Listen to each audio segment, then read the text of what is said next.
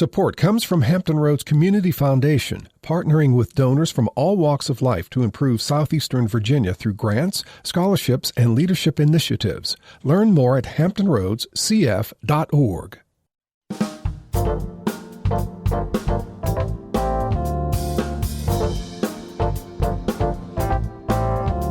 Hello, everyone. I'm Barbara Ham-Lee. According to Merriam-Webster's dictionary, the shortest definition of poetry is, quote, writing chosen and arranged to create a certain emotional response through meaning, sound, and rhythm. And that's what you are about to experience today on Another View. Renowned poets Tim Seibles and Stephen Leyva join us to share life, love, protest, and comfort through their poetry, and why they say the arts are more important than ever during today's times. Get ready for the finger snaps. Another View is next, right after this national, regional, and local news from NPR and WHRO News.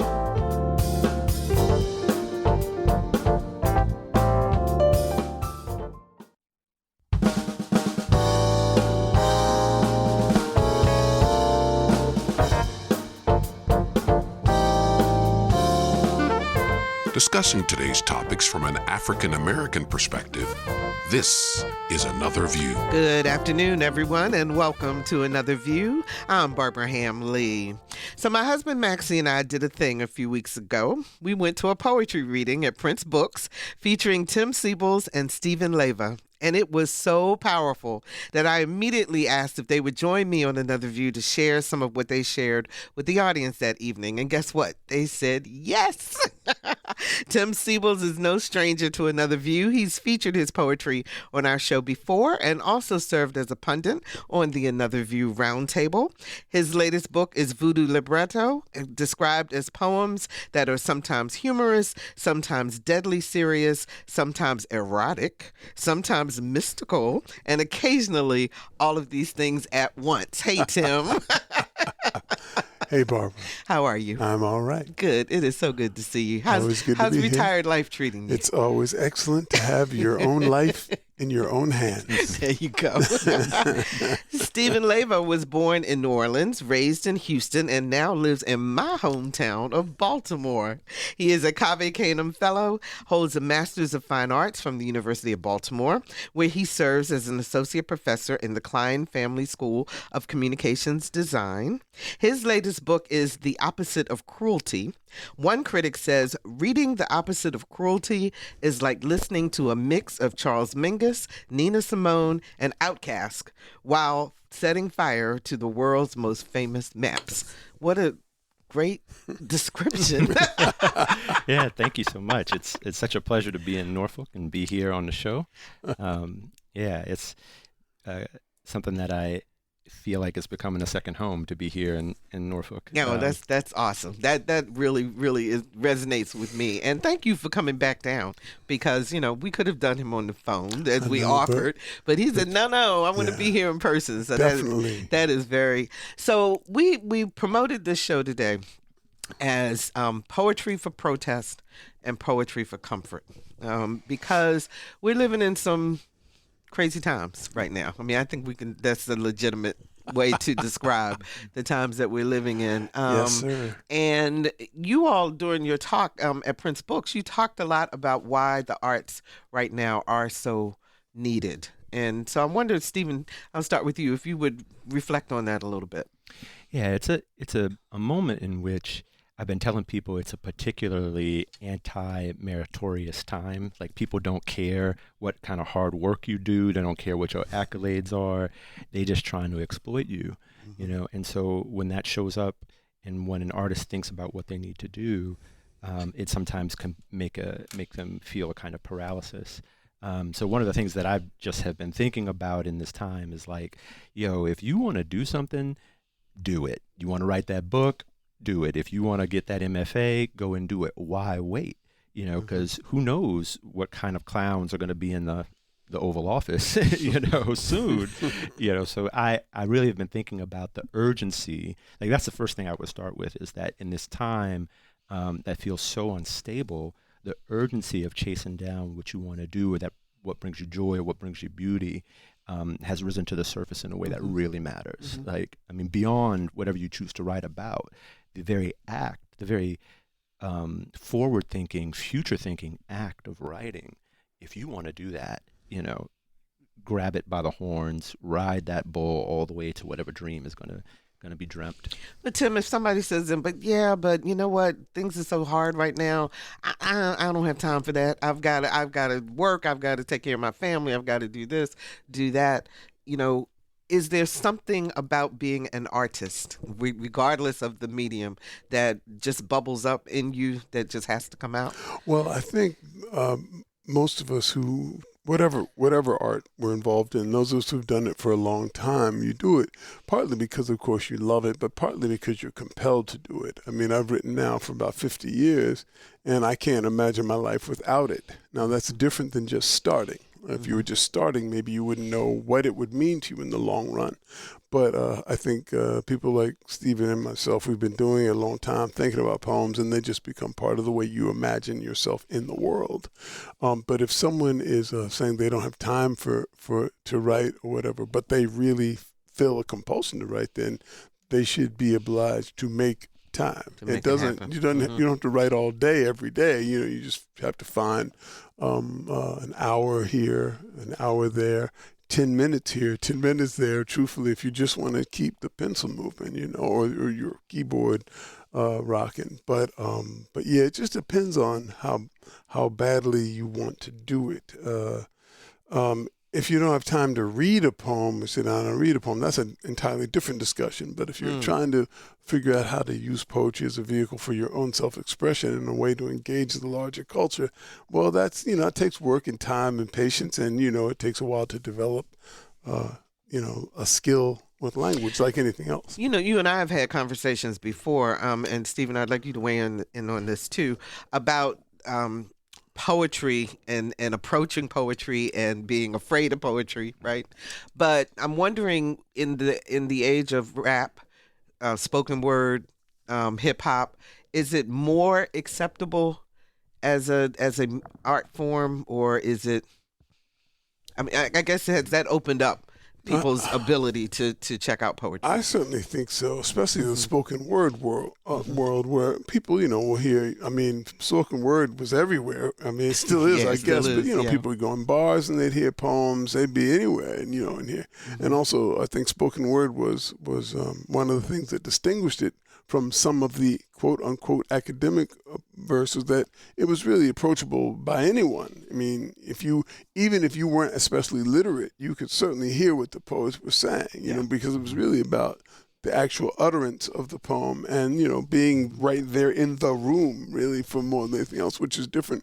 But I think as a consequence, of course, poetry in general became, I think, at least something more interesting to people. This is not to say that everyone has suddenly started loving poetry. That's not the case necessarily. But I do think when you say, for example, now that you're a poet, people don't look at you like with their eyes crossed like they once did. Oh no! When I was just starting to think of myself as a poet back in the 70s, you tell someone you're a poet, they were like, "People still write poetry?"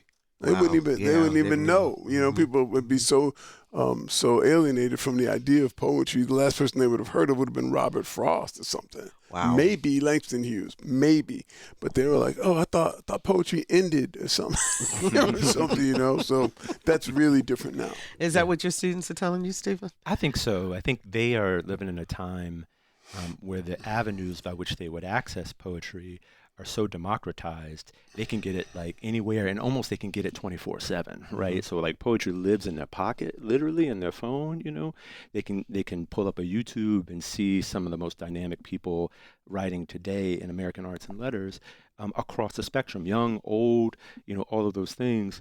So I do think that there's a way in which it appears to be more accessible, but also the undercurrent of that is us remembering that it's always been something egalitarian, right? So we joke about like we're losing recipes, right? But poetry has always been centered in the spoken voice, right? It started as an oral medium. It didn't, so that's something we're recovering, not inventing, right? And so in that way, that renewal that's happening has made it seem less Byzantine, less hard to figure out, and more inclusive. I think the biggest thing is that more people feel like poetry is something that matters to them, that can matter to their everyday life, that could actually have an effect on what they think and who they choose to love and how they move in the world, how they protest, how they move, what they show up for, right? That poetry plays a role in and has a say in how that moves in society for individuals. So as the two of you are experiencing what's happening in society today, are you more compelled to write or less compelled to write? Well, I mean, as I said, I can't imagine myself not writing no matter what the circumstances are. So I don't feel more. I mean, it certainly has an effect on perhaps what you write. Okay. I mean, I probably have some harder edges in some of my poems than maybe would be typical of some of my work. But I mean, I've always written political poems, and and I will always write love poems too, and I hope always to write funny poems. I mean, the whole thing is part of what makes, I think, all art important, but poetry, for my purposes, you're trying to stay in touch with the entire spectrum of what you feel about life. No one, not even poisonous dictators, are going to decide for me what I will write. I'm not going to write angry poems all day just because we're dealing with some idiots, I'll write whatever I feel like writing. And that's my one way to preserve my own sanity, but also to invite other people to remember the whole width of their own hearts. That's the whole thing, to me. Okay, you want to add to that? Yeah, I think that I feel more compelled to write as my reading increases. I think it's a kind of exponential pleasure. You read more, you want to write more, and then you read more because you're writing more. And that thing, if you let it, that thing becomes not something that is like an avalanche where you don't have any time, but a kind of perpetual motion machine in the heart, right? So it's like an engine that doesn't run out of fuel. And so in that way, I do feel a kind of increase to write and write. Now, does that actually show up in me actually writing more? that's a different thing, right? But the urge, right? The passion to do it. Reading Tim's work made me want to write in the voice of characters more, right? Just like the poet made him want to do that more. So I think what you see is you start to see yourself in a tradition. And that, I think, is ultimately an additive process, something that makes you want to write more. So let's hear one of those edgy poems, Tim. Okay. All right. So a poem this is not a poem of comfort. All right. Yes. All right. Let me get that. This is when during an earlier administration, I became kind of really interested in the voice of Blade, the Daywalker, the vampire slayer. Both, because that character allowed me to deal with some of my own anger, but also allowed me to play allegorically with a relationship to evil, which we are dealing with now and have dealt with in the past, and probably at intervals will always be faced with what we consider corrupt power. So this is a poem in the voice of Blade, but I should read the epigraph first so people have a context for it, if you don't know who Blade is. Years ago, a pregnant woman was bitten by a vampire and turned. Her son was born with the thirst, but being half human, he could walk in sunlight unharmed.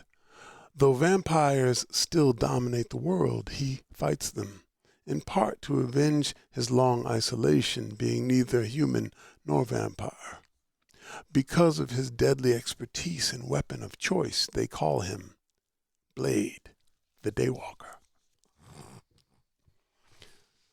Like a stake in my heart, this life, the seen, the unseen, the ones who look in the mirror and find nothing but innocence, though they stand in blood up to their knees. You see them, shadows, not shadows, people who seem to be people. You don't believe me? I watch their news, drink coffee in their chains. There's no place they haven't touched. It's almost like I can't wake up, like I'm living in a movie, a kind of dream, action-packed thriller. I never dreamed this hunger in my veins, this mind that cannot sleep. Why do I whet this blade when they will not die? When did you write that? What year? Do you remember? That would have been in the middle of the Bush administration, so kind of Wow. early 2000s. Wow. Talk about how something remains, that travels through time. Well, Oh, that's powerful. Well, thank you. As I was saying, even though I have fantasies of ultimately human beings creating a beloved community that is sane and warm and life-affirming, if I'm honest, I know that there will always be intervals during which we face corrupt power and dangerous people within the country, beyond the country, however you want to imagine it. And so when I was writing those pieces, that was the first time I felt there was real trouble, and powerful and pervasive evil here or in the world. But it was certainly felt accented.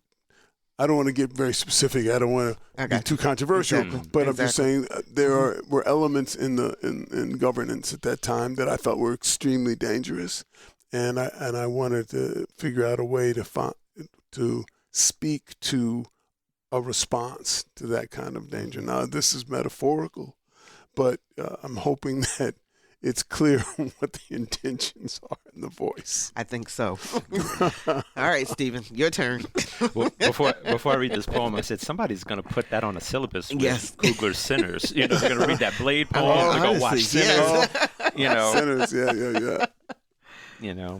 Blackula's going to be on that syllabus. There you go. Blackula, classic. So I'm going to read a poem called Self-Portrait as Insect Song. Self-Portrait as Insect Song.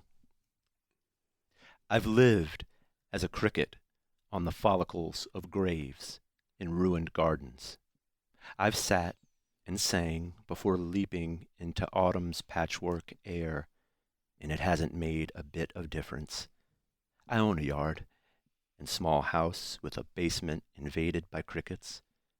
Some folks see a vacant home and treat it the same as an unmarked grave. Any fool can tell the difference between the cricket's mating and a police siren. I am sure crickets do not conjure continuously the particular scissors of a bluebird's beak or what it might be to live forever, perched and afraid without being eaten. Not everyone is an egg on a ledge.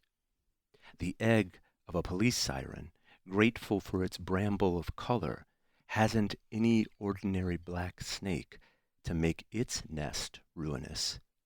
And still, the air suffers its song.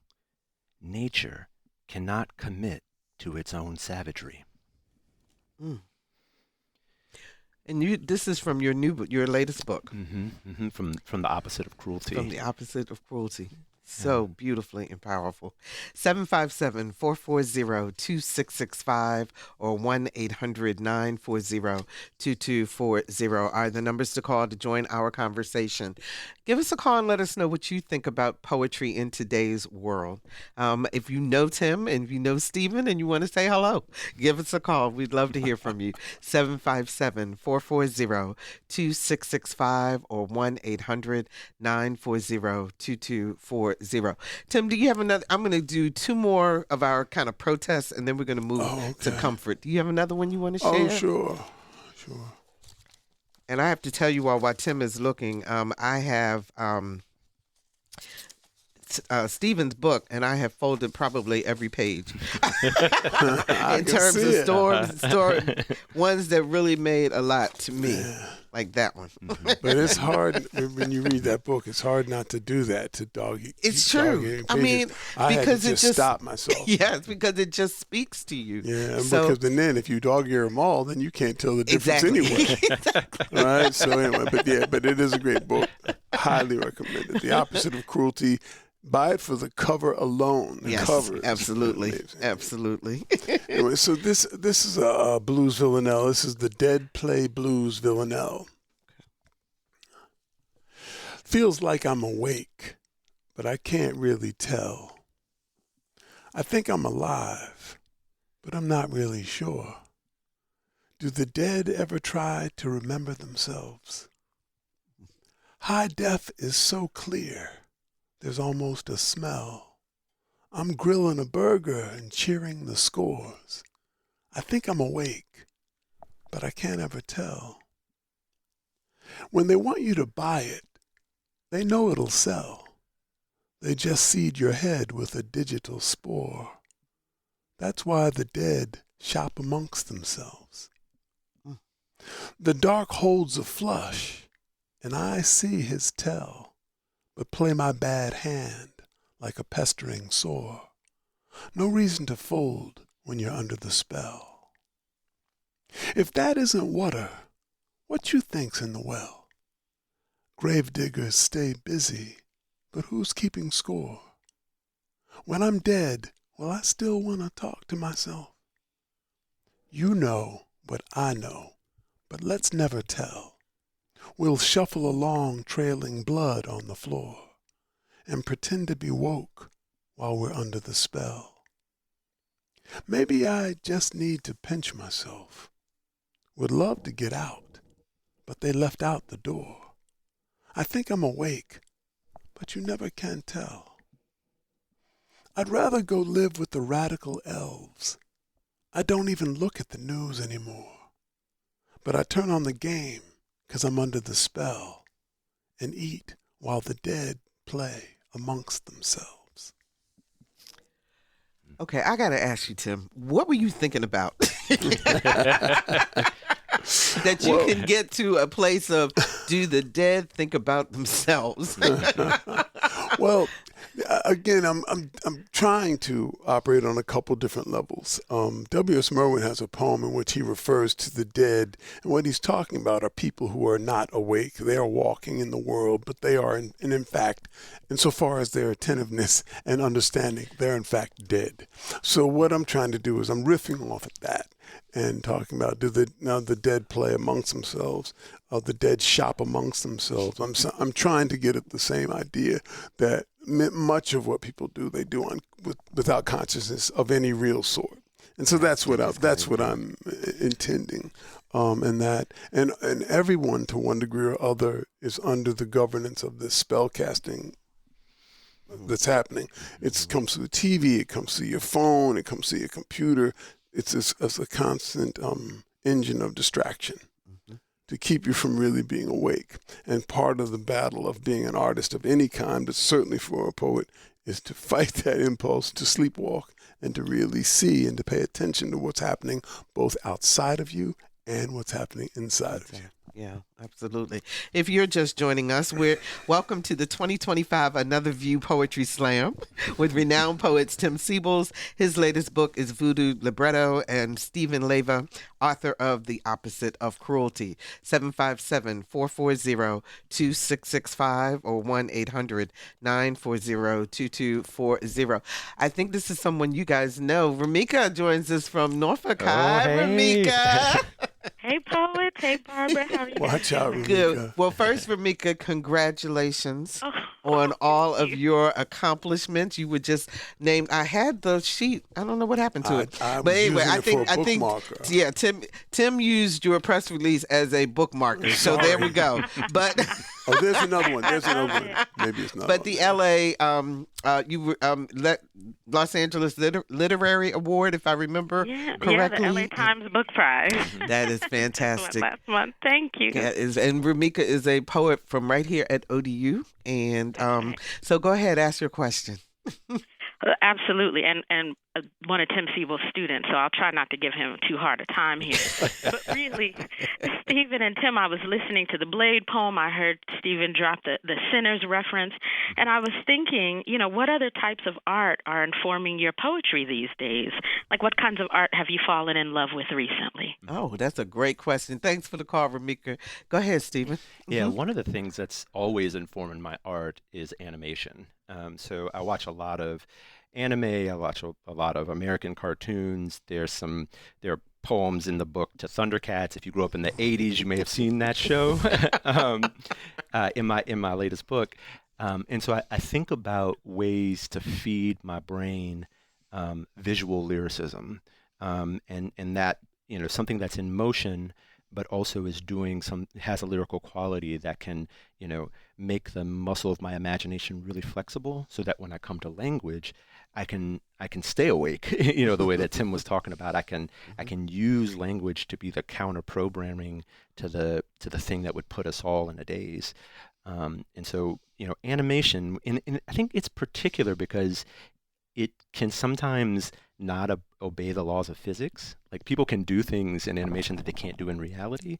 And so in that way, it makes me imagine a future that the present reality may say is impossible. And that's really important for me as a poet. Tim? Yeah, anyway, I'm always, I listen to all kinds of music, and music of protest often informs the way I think about things, but I'm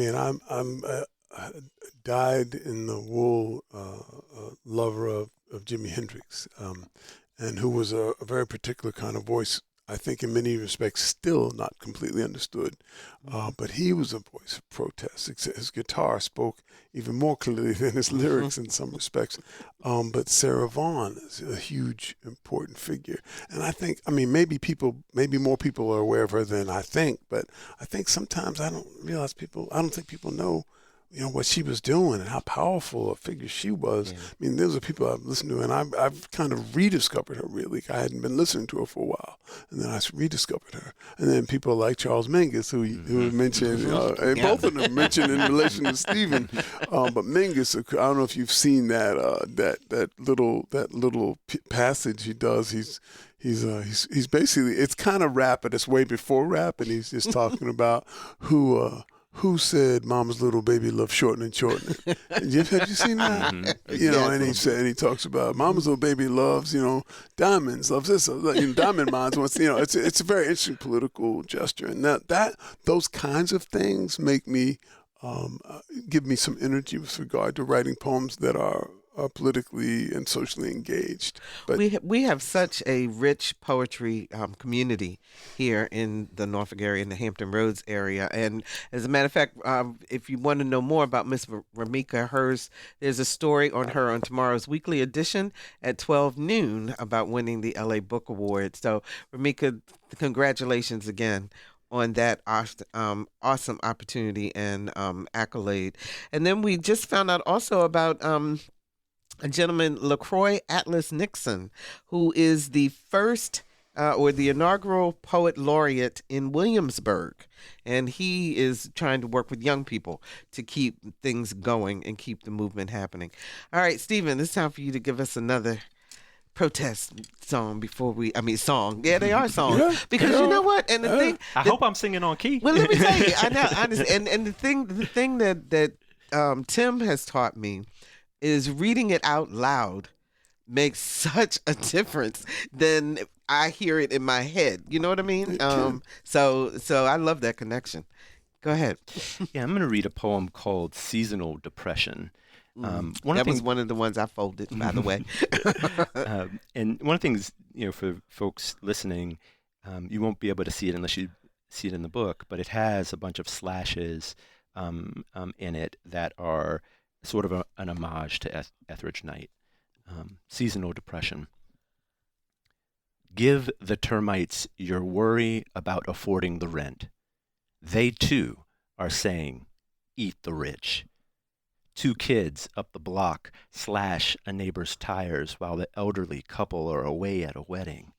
Why do I even bother to tell anyone who's listening that everyone involved was white except me? Give the newborn mosquitoes their banquet of blood and your worry about diabetes and rotted teeth. Who can say what insectivore is waiting to eat the things that eat your worry?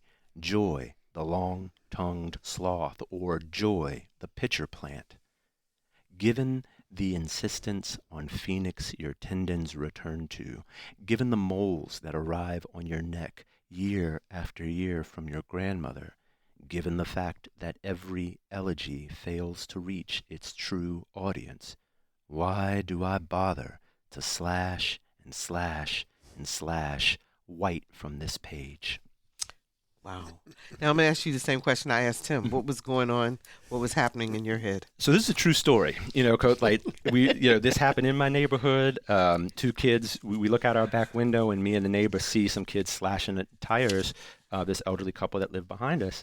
And, me and the neighbor like, what's going on? Did they really just do that? And so then we were in this moment of, well, what are we going to do about it? And we walked down the block to confront the family. And the family was like, you got any evidence? You got any video? I was like, we just saw you do this. Like, are you really going to just let them eat this money? And they refused. And he said, you know what? We calling the police. we calling the police. Y'all ain't acting right. And when I reflected back on it, I was like, gosh, I was the only black person in that whole situation. I don't even know how I feel about calling the police about what these kids did, because nobody would take responsibility for the community, And I was like, this could have gone left for me, This really could have gone sideways. I could have just stayed in my home and said, I don't see nobody's nothing, Absolutely. A lot of people do. Yeah, but I was thinking about that, and then thinking about that choice to act, right? Because it's the same choice when you choose to write about something that you could be silent about. You have to make a choice to live with the consequences. So I want to move us to comfort, because I also said that we were going to make sure that, golly, there's so many, that we covered that too. But I want to ask you guys a question. So, in this time, the acronym DEI has just gone completely off the rails. I'm wondering how, as poets, do you all try to maintain or bring back and or change a definition of a word? And is it important to do that? Or do we allow others to kind of, snatch away something that may be important, particularly to us, to our community? Is it important for us to take that narrative and bring it back around to if for no one else it works for us? Or is it something that you would say, that's just another opportunity to erase?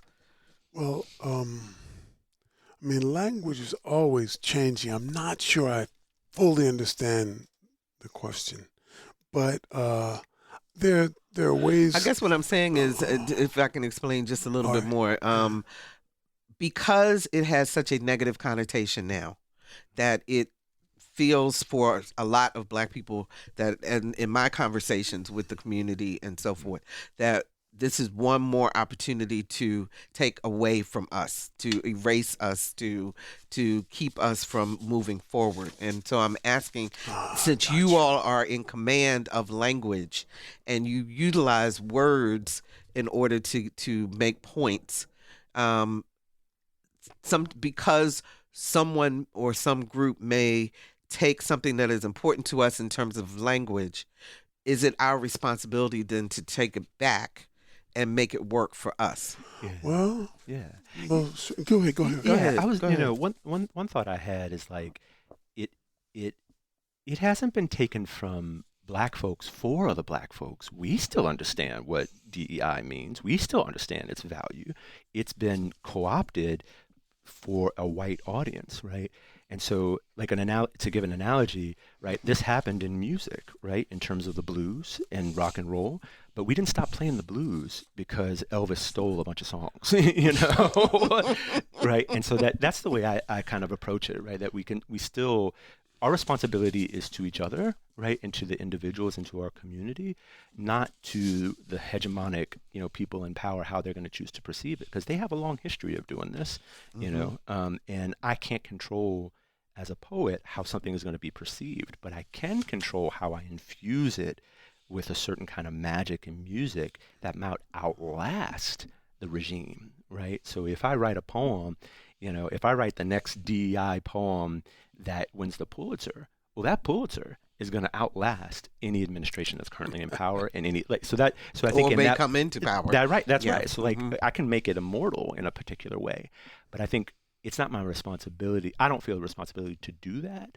I feel a responsibility to be kind and teach the people I can teach what it really means in opposition to what the larger culture might try to tell. Yeah, might say it is. Yeah. Yeah. Right. Well, that makes sense. Yes. Oh, yeah. Absolutely. I completely agree with what Stephen just said. The other thing we do, I think, as poets, and I'm sure in various ways all artists are in pursuit of this, is you try to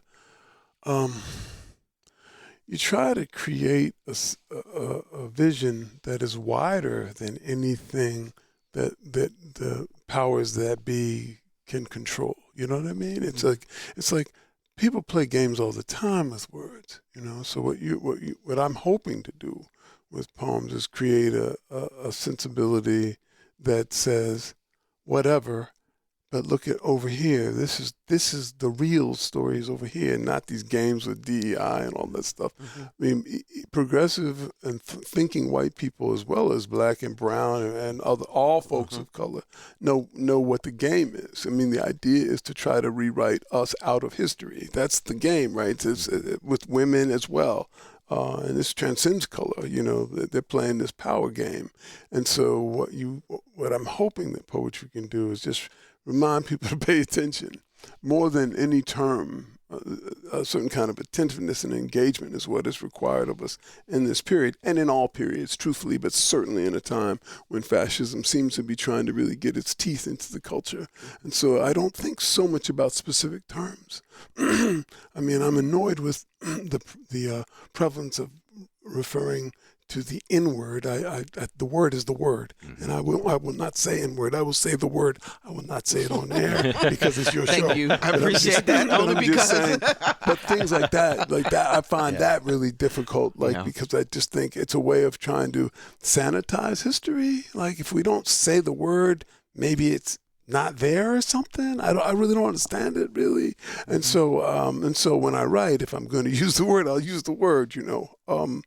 Or if I'm talking in other contexts. But if I was just getting ready to say the word context, because when you write, then you would put it in context. Yeah, and you would create your own sense of how things might be said and how things might be imagined. Yeah, it's funny that you bring up the N-word because the polite fiction of that is always that y'all want us to believe that white folks are saying the N-word in private. That's not what they say in private. So like that, but that's the game, right? Like that's the game, and we don't have to play. Right. All right, let's go to some comfort. Go to some happy place, because your book is about Stephen, the opposite of cruelty. So there are some poems that you have, and I'll let you read one that you found, and then I'll tell you another one I really like. Okay. Yeah. I mean, there's some things that I think just are full of different kinds of beauty, and my son is really into volleyball right now, and there's a cartoon called Haiku. It's just Japanese for volleyball that we really love, and there's a poem in the book that's called Taki Bansei that's for that cartoon. and also for my son. So I'll read that. Takibanse for the Karasuno boys volleyball team. Curious, lacquer, soaked hardwood in sneaker yop. Any early morning volleyball court could be a hermit's mountain bedroom. Which of the gods mortared the air with humidity, and which made the doldrums of school days? Animated boys hit nice kills above the net. The libero wears a hipster's shirt. The screen-printed kanji translates a cliché. Great talent matures late. The other boys call him Great Guardian as he dives again and again on the floor. He must parry the blows since he is forbidden to attack. Cover, cover, cover. Curious, unrestrained, some envy curdles in me to rip off that shirt, reach in midstream, undress that boy's art as if one could disrobe an animation cell and make it manifest its cotton poly pixels IRL. I'd clothe a son with great talent and late maturity, instead of a fallow field of good behavior or a prefecture of false self-assuredness, or better yet, a boundless volleyball court without a net. Nothing to hit, nothing to kill over. How old is your son? He is 14 and 6'2", and very happy that he's taller than Dad. A big dude, yeah. Tim, your turn. Okay, yeah, I'll read this poem. This is an old poem, but I wrote this watching a dance company rehearse, actually. It's called Who. Who doesn't want to dance? To be inside the body, not somewhere beside it. To feel the arms and legs hot and clean in a clear lake of air, like fins, as though every limb were a fish for a moment, free of the water, out of the world, the body strange as a planet, reeling in its own soft sparkle. Who doesn't want to dance, to let the body go gracefully mad, to fall into the music as though from a cliff, every muscle a feather, every 3 feathers a bird, every bird bald, blind, and falling, as though the fall itself were the dance, as if the music were a wind holding you up, as though in motion the body is a leaf, is a new fabric, better than feathers, better than water. Who doesn't want to remember the feet, to wash them in music, to feel gravity's tireless kiss bringing you back, pulling you in, as if there were only you and the earth, and music were the sea, and the body were a small ship with lungs as it sails, as though breathing were dancing, and dancing were living, and living were enough. Who doesn't want to dance? Ooh, that's beautiful. Good gracious. I mean, you can just picture it. Well, thank you. That is the thing. So I find something very interesting. We have Seneca Lofton, who's also here with us. He's he is in the control room. He is also a local poet here. He's also a professor at Norfolk State, and he also teaches at Chesapeake Bay Academy. So also, again, utilizing words. But everybody to a point. Seneca, Stephen, Ramika, you all say, Tim, that's my mentor. What is it, Stephen, about Tim? Yo, if you've met him, if you know, you know. This guy. I mean, but I can be more specific than that. Some of it is, as you might intuit from hearing his poems, there is a capaciousness about Tim's generosity, his smile, his presence that's very warm, very welcoming. Everybody is invited, right? Yeah. Is the feeling that he often gives off. But he's also very wise about what he chooses to say to people to help them along, without seeming like he's holding any power over them. So, he was one of the first people that when we were at the Fine Arts Works Center in Provincetown, and he was the only person who was teaching there that said, Stephen, you want to come to lunch with me? There wasn't this separation of I'm a teacher, I got to have my own little spot. He was looking for ways to connect and be interested in what his students were doing, and that meant the world to me. So I'm sure there are thousands of other anecdotes that way. I've seen Tim dance. Tim can also dance. That doesn't hurt, It doesn't hurt, when your teacher can dance. It's I might listen to him about some poems about dance because I seen him dance, But it's a generosity of spirit, Wow. That's really what it is. Is that just comes natural for you, Tim? I really, it's very hard for me to speak about it. People like Stephen and Seneca and Ramika are all people who are really, really talented. And what you hope is that maybe they find in you some fuel, something that makes them continue. But the idea that anything I could say or do that could really make them the artists that they are, I don't think it's possible, really. I think that the gift is there, and if you're lucky, So you're nurturing the gift. if you're a that's already teacher, what there. you try to Yeah. do is open some doors and say, "Hey, look at these possibilities." And then I think these individuals are the kinds of people who are going to run through. So I mean, I'm grateful that people would think of me as a useful mentor, but I really do think so much of what's really happening is that these are people who are of real substance anyway and real energy anyway. And what you hope to do is be encouraging, as I was encouraged as a young poet. You want to encourage and say, don't be afraid, do this, you don't need this, you can do that without me or anybody else. That's the most important thing, to realize that there is a wholeness in each of us. It's just a matter of making that manifest. That's the thing that I want most as a teacher. Yeah, that's Don't beautiful. don't let him downplay it though, because if the initial message is don't be afraid, that's the same message that every angel in the Bible gives before a miracle happens. So I mean, it is powerful. It is literally that powerful when it's said sincerely, and then there's a model in the person and in the poetry that one can follow and trust. That you can trust that don't be afraid isn't some kind of hidden trap for something else. It can be believed. All right, Stephen, we got about 7 minutes left in the show, so let's get some more poetry from you. Okay. So I don't think I could get out of this program without reading a poem about Baltimore. Yes, exactly. I think Barbara would handcuff me to the station. So here's a poem called Urban Pastoral. Lent again in Baltimore. Cigarettes stubbed out in the hand. Gin locked in the liquor cabinet.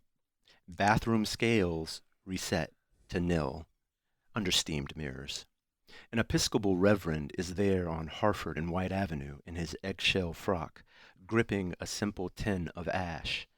The laymen call him Father Tim. Afternoon is muting its trumpet of heat, and rush hour returns the employed to the neighborhood, riffing, atonal. Few notice the folks gently tapping the air with gaunt fingers like a conductor, the sign of a crosstown hack or a solicitation under the valve work of a traffic light.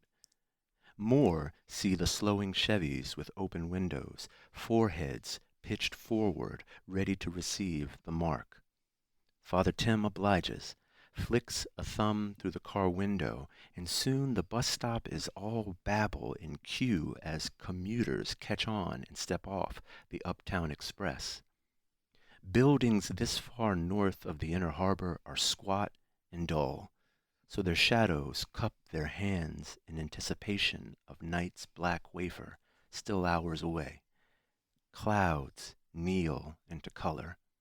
Horizon pours its wine.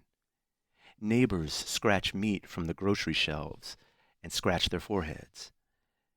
Fish multiplies on the shelves, in the frying pans, as if to mimic the priest's banal liturgy, sizzling and also with you. This is the season where one thing becomes another. The body is lent a loaf of bread to break. The reverend, thin as a piece of classroom chalk, closes his tin of ash to mark dusk. A firm hymn of gray hair plays on the scalp's pipe organs. A moan is on the stonework lips, relentlessly porous and blued by patrol lights, the red giving up the ghost.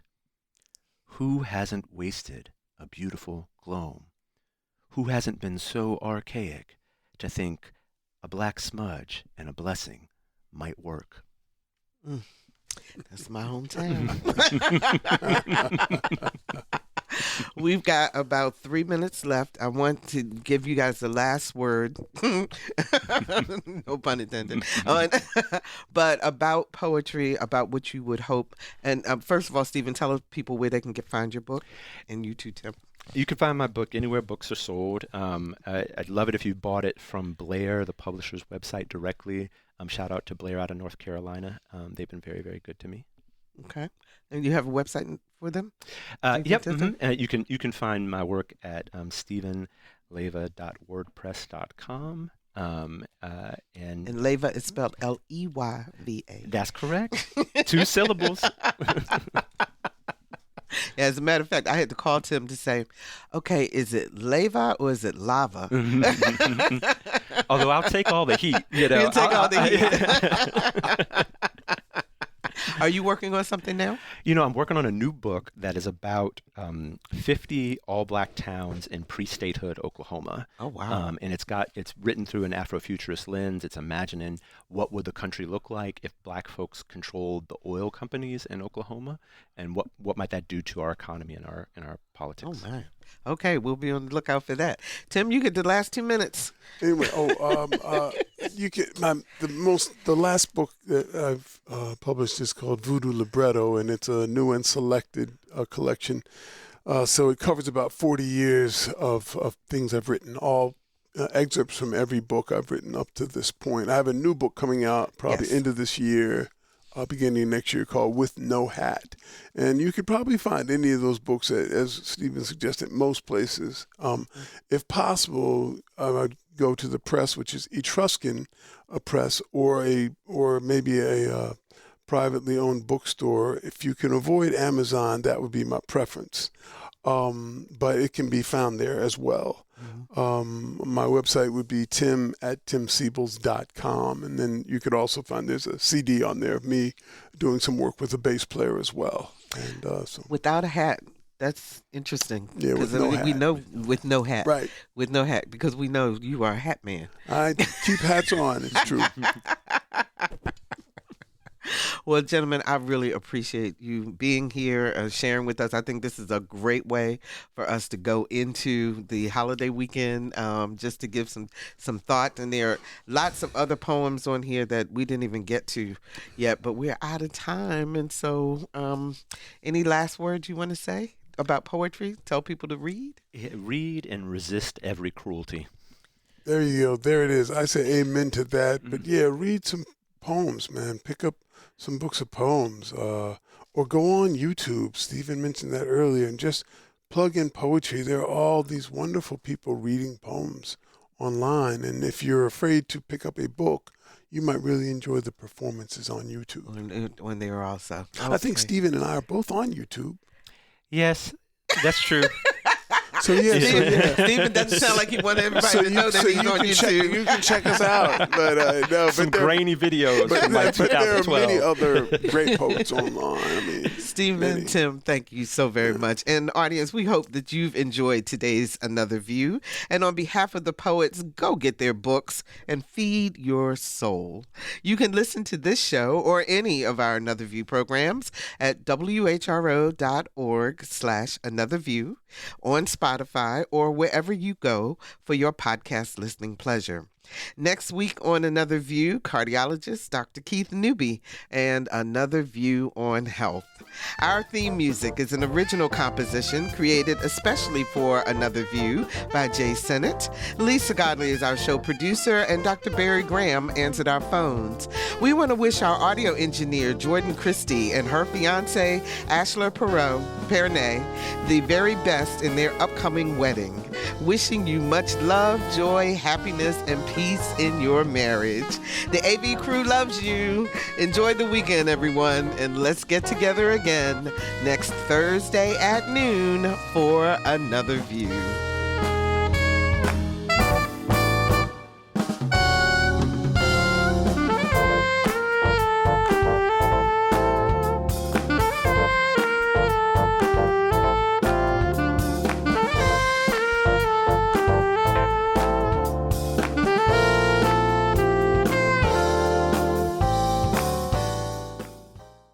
Support comes from Hampton Roads Community Foundation, carrying out your charitable wishes forever, whether it's helping shelter animals, feeding the homeless, enhancing the arts, or supporting students.